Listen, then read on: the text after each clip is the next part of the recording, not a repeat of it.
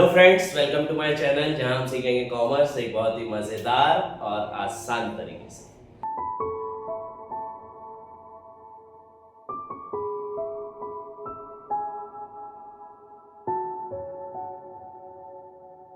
इस वाली वीडियो में मैं आपको वन शॉट कंप्लीट कराऊंगा सारी general entries related to dissolution of the firm. Dissolution of the firm है क्या टॉपिक्स, इसमें क्या क्या चीजें आती है। ये बेसिकली जब हमारी फर्म खत्म हो जाती है, सारे एसेट्स बिक जाते हैं, सारी लायबिलिटीज पे ऑफ हो जाती है, उस समय पर जो हम अकाउंट्स बनाते हैं उसको हम बोलते हैं realisation account. Realisation account realise कराता है हमें कि हमें कितनी लायबिलिटीज पे करनी है और कितने असेट्स हमें, मतलब असेट्स जब हम बेचेंगे तो उससे हमें कितना प्रॉफिट मिलने वाला है। ठीक है, फिर सारे एक्सपेंसेस किसके द्वारा बियर करे जा रहे हैं, वो सारे टॉपिक्स हमें इस चैप्टर में पढ़ने। तो बेसिकली ज्यादातर इस चैप्टर से हमें जनरल एंट्रीज बनाने को आती है रियलाइजेशन अकाउंट की, तो वही मैं आपको सबसे पहले तो कंप्लीट कराऊंगा, फिर उसकी एडजस्टमेंट एंट्रीज कराऊंगा, WCR, IFR, इन सब की एंट्रीज कराऊंगा और इस वीडियो को अपन खत्म करेंगे। ठीक है, मेरा main purpose realisation account, partners capital account और कैश अकाउंट बनवाने का नहीं है। इस वीडियो में मेरा मेन पर्पस है उसकी जनरल एंट्रीज देना, क्योंकि जनरल एंट्रीज से ज्यादा क्वेश्चंस आते हैं। ठीक है, तो क्योंकि जनरल एंट्रीज से ज्यादा क्वेश्चन आते हैं तो अपन जनरल एंट्रीज ज्यादा से ज्यादा करने की कोशिश करेंगे। यहाँ पीछे आपको दिख रहा होगा मैंने एक पूरा रियलाइजेशन अकाउंट ऑलरेडी बना के रखा हुआ है, जिसमें हमने सबसे पहले डेबिट साइड से स्टार्ट करते हैं। अगर डेबिट साइड से अगर हम स्टार्ट करते हैं तो हम सबसे पहले लिखते हैं टू असेट्स, जितने भी असेट्स है ना, यहाँ मैंने ऑल असेट्स लिखा है और ऑल असेट्स करके नहीं आता है वो, ये सिर्फ एक समझाने के लिए। जैसे लैंड है, बिल्डिंग है, फर्नीचर है, machinery, data, stock, tools, investment, goodwill, ये सारे असेट्स होते हैं। ठीक है, तो यहाँ पे आप लिखोगे to land, to building, to data, to stock, to tools, to investment, to goodwill वगैरह वगैरह। तो इस तरीके से लिखाएंगे, उन सबको टोटल करना और उसका अमाउंट लिखना बाहर, ये कहलाएगा टू असेट्स। क्रेडिट साइड पे लिखना सारी लायबिलिटीज। लायबिलिटीज में कौन कौन सी, सारे प्रोविजंस, IFR, क्रेडिटर्स, है ना, bills payable, loan, outsiders liability etcetera, ये सारी लायबिलिटीज लिखना एक के नीचे, उनका अमाउंट लिखना, टोटल करना और टोटल को बाहर लिख देना। एक तरफ हमने एसेट्स लिख दी, एक तरफ लायबिलिटी, मतलब डेबिट में हमने सारे एसेट्स लिख दिए, क्रेडिट में हमने सारी लायबिलिटीज लिख दी। अब लायबिलिटीज पे ऑफ करते हैं और असेट्स को बेचते हैं। ठीक है, तो असेट्स जब हम बेचेंगे तो क्रॉस में बिकेगा, हमेशा ध्यान रखना ये सारी चीजें क्रॉस में होती है। तो असेट्स जब हमने बेचे तो वो बिकेंगे बाय बैंक अकाउंट से, असेट्स रियलाइज्ड। ठीक है, मैंने लिख भी दिया है by bank account assets realised. जितने भी असेट्स है उनको रियलाइज करना है। सपोज मान लेते हैं यहाँ बिल्डिंग लिखी थी 5 लाख की, 4 लाख में बिक गई, तो यहाँ लिखना है बिल्डिंग 5 लाख और यहाँ लिखना है बिल्डिंग 4 लाख। सब मुझे 1 लाख में वो कहाँ जाएगा, वो ऑटोमेटिकली आपके प्रॉफिट या लॉस में कन्वर्ट होके आ जाएगा, आपको करने की जरूरत नहीं पड़ेगी वहां पे। ध्यान रखना जितने भी टेंजेबल असेट्स है अगर उनके बारे में बताया गया है कि इतने में बिक रहा है तो वही अमाउंट लिखना। जैसे मैंने अभी बताया बिल्डिंग एक टेंजेबल असेट है, 5 लाख की बिल्डिंग 5 लाख की बिल्डिंग थी, 4 लाख में बिकी तो मैंने 4 लाख लिख दिया। ठीक है, बट वहीं पर अगर इंटेंजेबल असेट दिया होता और उसकी कोई जानकारी नहीं दी होती कि कितने में बिक रही, जैसे गुडविल लिखी हुई है 1 लाख रुपीस और उसकी कोई जानकारी नहीं है हमें एडजस्टमेंट में कि कितने में बिकी, तो उस समय पर आप गुडविल को क्या मान लोगे, 0। ठीक है, सारे इंटेंजेबल असेट को आप क्या मान लोगे, 0। और टेंजेबल असेट की अगर कोई जानकारी नहीं दी गई है सर, तब क्या करेंगे, तो अगर टेंजेबल असेट की किसी प्रकार की कोई भी जानकारी नहीं दी गई तो उस समय पर आप टेंजेबल असेट को जितना अमाउंट उसमें दिया गया है उतना ही अमाउंट से रिलीज कर दोगे। जैसे 5 लाख की बिल्डिंग है तो यहाँ पे बिल्डिंग 5 लाख करके रिलीज कर दो।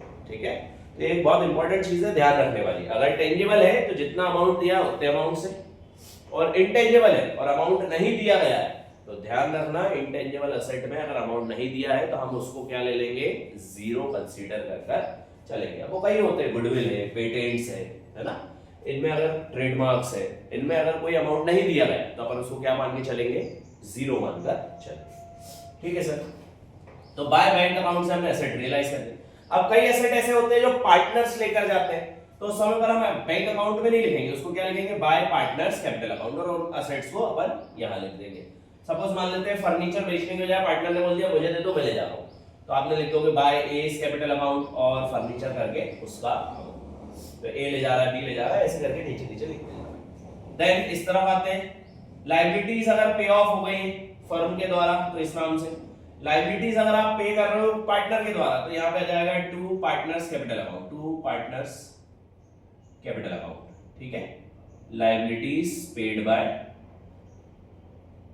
पार्टनर, लायबिलिटीज किसके द्वारा दी जा रही है, पार्टनर्स के द्वारा पे करी जा रही है, ठीक है। तो अगर बैंक से पे हो रही है मतलब फर्म ने पे करी है, और पार्टनर्स कैपिटल से पे हो रही है मतलब पार्टनर ने पे करी है। फिर आते हैं रियलाइजेशन के खर्चे। रियलाइजेशन के खर्चे भी दो लोग उठा सकते हैं, या तो फर्म उठाएगी या फिर पार्टनर उठाएगा। फर्म अगर उठा रही है तो बैंक के नाम से to bank account realisation expenses जो भी अमाउंट, और अगर पार्टनर उठा रहा है तो to partners capital account realisation expenses जो भी पार्टनर ले रहा हो, ठीक है। तो वो अपन कर देंगे। अब ये सारा काम हो गया, इसको टोटल करना, इसको टोटल करना, जिसका टोटल ज्यादा आ रहा हो बैलेंसिंग उसके अपोजिट साइड आएगी। जैसे सपोज इसका टोटल 5 लाख है, इसका टोटल 4 लाख है, तो बैलेंसिंग इस तरफ आएगी। बैलेंसिंग अगर डेबिट में आ रही है तो क्या नाम से आएगी, to partners capital account profit, ठीक है। To partners capital account profit, profit हुआ है पार्टनर्स को, और ओल्ड पार्टनर्स को ओल्ड रेशियो में बांट देंगे। ऐसे ही इस तरफ अगर आ रही है तो bye partners capital account loss, old partners को ओल्ड रेशियो में बांट देंगे उतना लॉस। तो ये मैंने एक मोटा मोटी आपको बता दिया है कि रियलाइजेशन अकाउंट कैसे बनेगा। होपफुली समझ आया होगा आपको पूरा, है ना। एक बार वापस से जाके देखो और अच्छे से समझो और अच्छे से समझ आएगा। ये बनता है हमारा partners capital account. Partners capital account sorry realisation account, ये बनता है हमारा रियलाइजेशन अकाउंट। जैसे ही आप रियलाइजेशन अकाउंट बनाओगे वहां पे लिखा आएगा कि आपको जर्नल एंट्रीज भी बनानी है रियलाइजेशन की, या डायरेक्टली आएगा रियलाइजेशन की जर्नल एंट्रीज बताओ। तो ये 6 जर्नल एंट्रीज तो मैंने यहां लिख रखी है, इसके अलावा और भी है, लगभग टोटल मान के चलो तो मेरे हिसाब से 12 या 15 जनरल एंट्रीज है पूरे चैप्टर की। 15 जनरल एंट्रीज में पूरा चैप्टर खत्म हो जाएगा और 4 मार्क्स आपको बहुत आसानी से आ जाएंगे, ठीक है। कौन कौन सी है? सबसे पहले बात करें फॉर ट्रांसफरिंग ऑफ असेट। आपने जब असेट ट्रांसफर करा रियलाइजेशन अकाउंट में, काय से, बैलेंस शीट से, तो क्या नाम से आएगा, realisation account debit to assets account. यहाँ असेट्स अकाउंट में उस असेट के नाम, to machine account, to furniture account, to building account, to land account, to goodwill account, ये सब, ठीक है। तो realisation account debit to all assets account, ठीक। ऐसे ही ट्रांसफर ऑफ लायबिलिटीज, लायबिलिटीज भी ट्रांसफर करी है हमने यहाँ पे। लायबिलिटीज जब हमने ट्रांसफर करी है तो वो क्या नाम से आएगी, liability account debit to realisation account. सारी liabilities, creditors, bills payable, loan, outsiders liability account debit to realisation account, ठीक है। तो ये तो दो एंट्री हो गई, transfer of assets and transfer of liabilities. अब लायबिलिटीज पे करी है हमने, देखो यहाँ पे लायबिलिटीज दो तरीके से पे करी है, या तो फर्म ने पे करी है या फिर पार्टनर्स ने पे करी है। तो फर्म अगर पे करेगा लायबिलिटीज तो आएगा realisation account debit to bank account, और पार्टनर अगर पे कर रहा है तो bank account debit to partners capital account, ठीक है। ये आ गई अपनी पेमेंट ऑफ लायबिलिटी की एंट्री। फिर आते हैं sale of asset. Asset sale हुए तो दो असेट ऑफ सेल हुए तो वो भी दो प्रकार से हुए, या तो हमने बाजार में बेच दिया, फर्म ने बेच दिया, या पार्टनर ले गया। अगर फर्म ने बाजार में बेच दिया तो bank account debit to realisation account, और अगर पार्टनर लेकर गया तो partners capital account debit to realisation account. ये दो एंट्रीज आ जाएंगी काय की, सेल ऑफ असेट्स की, ठीक। फिर आते हैं एक्सपेंसेस। एक्सपेंसेस भी दो तरीके से बियर करे जा रहे हैं सर। एक तो एक्सपेंसेस बियर करा जा रहा है फर्म के द्वारा, दूसरा एक्सपेंस बियर करा जा रहा है पार्टनर्स के द्वारा। तो अगर फर्म के द्वारा एक्सपेंस बियर करा जाता है, यहां मैंने आधा ही लिख रखा है इसको, अगर फर्म के द्वारा एक्सपेंस बियर करा जा रहा है तो realisation account debit to bank account, अगर फर्म के द्वारा। और अगर पार्टनर के द्वारा बियर करा जा रहा है तो यहां पे एक चीज और बढ़ा देंगे हम, टू पार्टनर्स कैपिटल अकाउंट, ठीक है। To partners capital account, partners के कैपिटल अकाउंट को भी आप क्या कर दोगे, क्रेडिट कर दोगे। उस समय पर आएगा फॉर एक्सपेंसेस, जितने भी एक्सपेंसेस हैं वो सब, ठीक है। अगर फर्म दे रही है तो बैंक के नाम से, और पार्टनर दे रहा है तो पार्टनर्स कैपिटल के नाम से, ठीक है सर। 6 फॉर प्रॉफिट और लॉस ट्रांसफर। प्रॉफिट और लॉस ट्रांसफर करना, ये हो गया आपका प्रॉफिट ट्रांसफर, ये हो गया लॉस ट्रांसफर, ठीक है।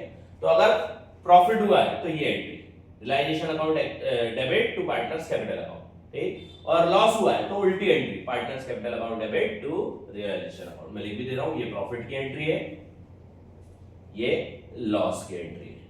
आ गई बात समझ में? बस अमाउंट सीधा सीधा उठाना है, इनके सामने लिखना है, और 4 नंबर आपको बहुत आसानी से आपके फाइनल एग्जाम्स में मिल जाएंगे। ये है आपकी सारी बेसिक जर्नल एंट्रीज। होपफुली आपको ये पूरी जर्नल एंट्रीज समझ आई होंगी। इसमें कौन कौन सी है, transfer of assets, transfer of liability, payment of liability, payment of assets, sorry sale of assets, सारे खर्चे, और प्रॉफिट और लॉस ट्रांसफर। मतलब वो सारी चीजें जो आप रियलाइजेशन अकाउंट में बनाओगे, उन सब की जर्नल एंट्रीज मैंने शॉर्ट में यहां पर आपको बता दी है। ठीक है। बुक्स में अगर आप देखोगे तो बहुत ही हौश पौश तरीके से दी गई है। किसी दूसरी अगर आप कोई एनसीईआरटी वगैरह या आप कोई दूसरी बुक्स यूज कर रहे हो, ठीक है, व्हाटएवर जिस भी ऑथर की यूज कर रहे हो, उसमें भी बहुत हौश पौश दिया हुआ है। तो यहाँ पर मेरी कोशिश हुई है कि मैं 6 एंट्रीज में आपको पूरा रियलाइजेशन अकाउंट जनरल एंट्री में ट्रांसफर करा सकूं। तो ये 6 एंट्रीज तो हमारी बहुत पक्के से हो गई सर, इसको मुझे सिर्फ याद करना है और लिख कर आना है। इसका एक ट्रिक भी बता रहा हूं मैं, ध्यान रखना कैसे। अगर रियलाइजेशन अकाउंट आपका बनाना है तो एक ट्रिक देखो, रियलाइजेशन लिखा हुआ है, ठीक है, और असेट्स काय में लिखे हुए हैं 2 में, ठीक है। तो मैंने 2 को उठा के लिख दिया 2 असेट्स अकाउंट और ऊपर लिख दिया रियलाइजेशन अकाउंट डेबिट। ऐसे ही यहाँ पे लायबिलिटीज काय में, बाय में। तो ध्यान रखना ऊपर वाला जो डेबिट वाला जो होता है ये बाय का कॉलम होता है और नीचे वाला जो होता है वो 2 का कॉलम होता है, मतलब क्रेडिट का कॉलम होता है, ठीक है। तो अगर यहाँ पर रियलाइजेशन अकाउंट 2 में है तो लायबिलिटीज बाय में है। देखो लायबिलिटीज बाय में है, यहाँ पे ऊपर वाला अमाउंट बाय का होता है, ये उठा के बाय में लिख दिया और लायबिलिटीज काय में लिख दी मैंने, ये रियलाइजेशन काय में लिख दी मैंने 2 में लिख दिया। तो इस तरीके से भी आप याद कर सकते हो। मतलब जितने भी डेबिट के कॉलम है वो आप देखोगे, जितने भी डेबिट के कॉलम है यहाँ पर डेबिट में जितने भी आइटम्स दिए हुए वो भले असेट्स हो, बैंक हो, लायबिलिटीज पे का, पार्टनर्स कैपिटल का लायबिलिटी पेड हो, रियलाइजेशन का बैंक हो, या फिर रियलाइजेशन एक्सपेंसेस का पार्टनर्स कैपिटल हो, या फिर प्रॉफिट हो, आप देखोगे वो सारी चीजें जो है वो काय में आई गई हैं, आपके सारे क्रेडिट में आई गई है। देखो असेट्स क्रेडिट में आया, यहाँ बैंक क्रेडिट में आया, पार्टनर्स कैपिटल क्रेडिट में आया, यहाँ पर बैंक और पार्टनर्स कैपिटल क्रेडिट में आया, यहाँ पे पार्टनर्स कैपिटल क्रेडिट में। ऐसे इस तरह की सारी चीजें आप देखोगे डेबिट में आई होगी। लायबिलिटीज डेबिट में आई, बैंक अकाउंट डेबिट में आया, काफी ये है। उसके अलावा पार्टनर्स कैपिटल डेबिट में आया, सर पार्टनर्स कैपिटल डेबिट में आया, पार्टनर्स कैपिटल लॉस में डेबिट में आया, आप देखो सर पार्टनर्स कैपिटल लॉस में डेबिट में आया, होता है। तो इस तरीके से भी आप चाहो तो याद करके जा सकते हैं। सिंपल सी ट्रिक है ये याद करने की, है ना। वैसे तो ये सही नहीं है क्योंकि आपको फिर ये बात हो जाएगी कि मैंने रटवा दिया है करके, तो आप ये चीजें भी देखकर आ सकते हो। तो ये है आपकी simple general entries of dissolution. इसके अलावा एक्सपेंसेस जो होते हैं, फर्म के एक्सपेंसेस और पार्टनर्स के एक्सपेंसेस, वो कौन बियर कर रहा है उसके ऊपर भी एक केस आता है। वो या तो मैं इसी वीडियो में आगे जोड़ दूंगा, उसकी टॉपिक ज्यादा नहीं, 5-7 मिनट का टॉपिक और है वो, बेसिक और बेस जो है आपका डिसोल्यूशन का वो कंप्लीट हो जाएगा, मतलब 4 नंबर का आपको कंप्लीट हो जाएगा, ठीक है। अगर आप आज, जो कि आज शायद 19th ऑफ फेब है, अगर आप 19th ऑफ फेब को ये वीडियो देख रहे हो तो आपका आज का काम है, आपका आज का होमवर्क है कि आप आपका डिसोल्यूशन कंप्लीट करोगे पूरा। आप आपकी सेकंड वाली बुक शेयर्ड एडवेंचर पूरी कंप्लीट करोगे, मैं ऑलरेडी पढ़ा चुका हूँ। और तीसरी चीज आप comparative common size statements complete करोगे। इतना अगर आपने कंप्लीट कर लिया तो ऑटोमेटिकली आपका 30 नंबर के समथिंग का, 30-35 मार्क्स के समथिंग का अकाउंटेंसी कंप्लीट हो चुका होगा। उसके बाद फिर अपन क्या करेंगे, उसके बाद सर अपन हेड्स सब हेड्स पढ़ेंगे, उसके बाद सर अपन कैश फ्लो पढ़ेंगे, उसके बाद सर अपन और भी कई सारे टॉपिक्स हमारे पास है, एडमिशन है, गुडविल है, उस पर भी मैं वीडियो लाऊंगा, एडमिशन पे गुडविल, एडमिशन पे वीडियो लेकर आऊंगा, वो सारे टॉपिक्स भी अपन कंप्लीट करेंगे, ठीक है। सो इसके बाद वाले जो टॉपिक्स हैं वो मैं इसके आगे वीडियो पॉज करके करा रहा हूँ। उसके बाद फिर अपन नेक्स्ट वीडियो में गुडविल वाला टॉपिक देखेंगे या कोई दूसरे चैप्टर्स करें। नेक्स्ट वाले टॉपिक की, नेक्स्ट वाला टॉपिक है एक्सपेंसेस अगर पे ऑफ होना है। एक्सपेंसेस अगर पे ऑफ होंगे तो एक्सपेंसेस 2 प्रकार के होते हैं, फर्म के एक्सपेंसेस और पार्टनर के एक्सपेंसेस। फर्म के एक्सपेंसेस आप मान लो कि सर सैलरी देना है, रिन्यूमरेशन देना है, बोनस, सैलरी, कमीशन, इंटरेस्ट, ये सब देना है, ये सब फर्म के एक्सपेंसेस है। दूसरे पार्टनर्स के कुछ एक्सपेंसेस होते हैं, पार्टनर्स को किसी को पेमेंट करनी है, पार्टनर्स को किसी को कुछ पैसा देना है, तो वो एक्सपेंसेस है, ठीक है। तो अगर फर्म के एक्सपेंसेस है, फर्म खत्म हो रही है तो उस समय पर उनके एक्सपेंसेस 2 तरीके से बांटे जाते हैं, या तो फर्म स्वयं बांट दे या पार्टनर उसको पे कर दे। तो अगर फर्म के एक्सपेंसेस है और फर्म ही पे कर रही है तो वो अमाउंट आएगा realisation account debit to bank account, ठीक है, और उतना अमाउंट वहां लिख देना, realisation account debit to bank account. और फर्म के एक्सपेंसेस है और पार्टनर पे कर रहा है तो उस समय पर realisation account debit to partners capital account. फिर वो काहे से पे ऑफ होगा, पार्टनर के कैपिटल अकाउंट से पे ऑफ होगा।